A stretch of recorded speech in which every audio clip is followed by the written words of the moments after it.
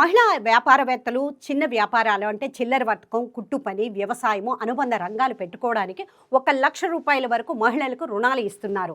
అర్హత SC, ST వితంతువులకు 30% వరకు, గరిష్టంగా ₹10,000 లభిస్తాయి. మహిళ వయసు 18 నుంచి 45 మధ్య ఉండాలి. కుటుంబ వార్షిక ఆదాయం 45,000 లోపు ఉండాలి. వితంతువులకు, వికలాంగులకు ఆదాయ పరిమితి అయితే లేనే లేదు. ఈ లోను పొందడానికి ఎటువంటి పూచీకత్తు అంటే కొల్లెట్రల్ అవసరం లేదు.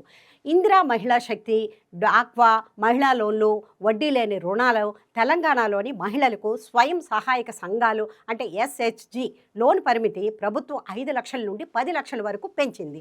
దీనిపై వడ్డీ భారాన్ని ప్రభుత్వమే భరిస్తుంది. నూతన జీవనోపాధి పథకం కింద గ్రామీణ పేదరిక నిర్మూలన సంస్థ ఎస్ఈఆర్పి ఆధ్వర్యంలో మహిళా సంఘాల సభ్యులకు పశు సంపద అంటే గొర్రెలు, మేకలు, నాటుకోళ్లు పెంచుకోవడానికి భారీ సబ్సిడీతో పాటు ఆర్థిక తోడ్పాటు కూడా అందిస్తున్నది ఈ కాంగ్రెస్ గవర్నమెంట్.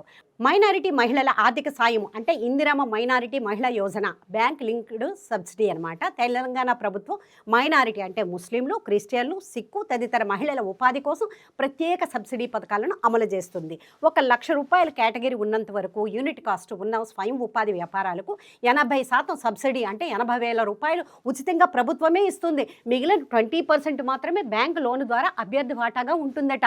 ఎంత మంచి ఆఫర్ కదండి. ఉచిత కుట్టు మిషన్ల పథకం అంటే 100% సబ్సిడీ పూర్తిగా ఇస్తుందట.